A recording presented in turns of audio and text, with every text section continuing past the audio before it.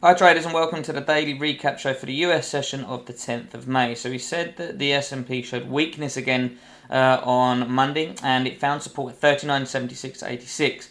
We need to see impulsive and sustained breaks below there to open up further downside. If we see acceptance above 4035 to 4043, then we could see a move towards resistance at 4067 to 4077. So let's go and have a look at the S&P from yesterday.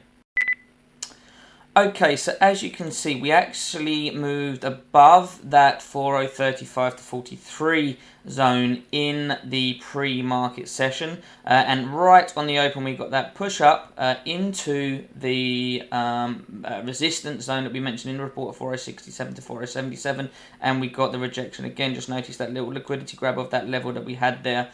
We did actually get a really nice reversal on the 5-minute chart here, back below the London high. That was a really nice signal to get short from that resistance area that we mentioned. So that was probably the trade of the day. You can see outside of that, we got that move back down to that support zone at 39.76.86, and although we did have some action below there, notice how choppy the action was around it. Right from the moment we got into that zone, the action became very choppy. No clear acceptance, no clear sustained momentum below that zone. That's why we haven't seen that follow through. That we said we needed the sustained break below, impulsive and sustained breaks below, to see the further downside, which we didn't get. So that was the S&P. Now let's go and have a look at the Dow.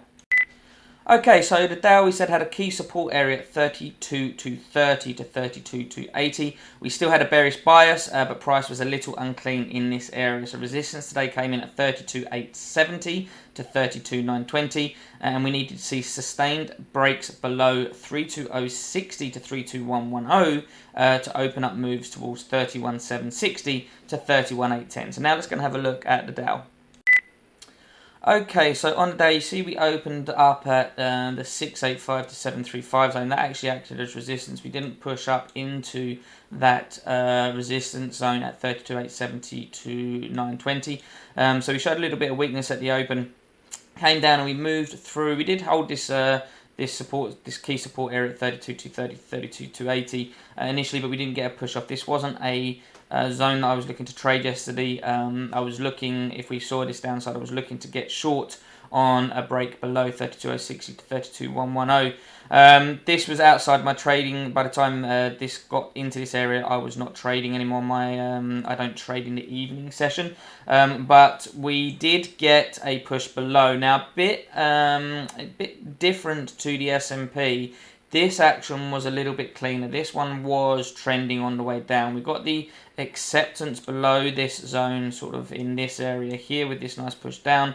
We got the pull up, and there was a couple of areas that we could have got short to try and see that continuation from that zone. However, so if you'd taken that probably would have been a losing trade. We then got this really strong impulsive move up, which suggested that this was just a false break of that zone back above that key support zone as well. So if you had tried to get short from below that zone, then that probably would have been a losing trade. But other than that, there wasn't really much to do on the Dow yesterday. So a really nice trade on the open on the S&P yesterday, and then this sort of false break pattern on the Dow, which if you tried to get short to target lower, would have been a losing trade.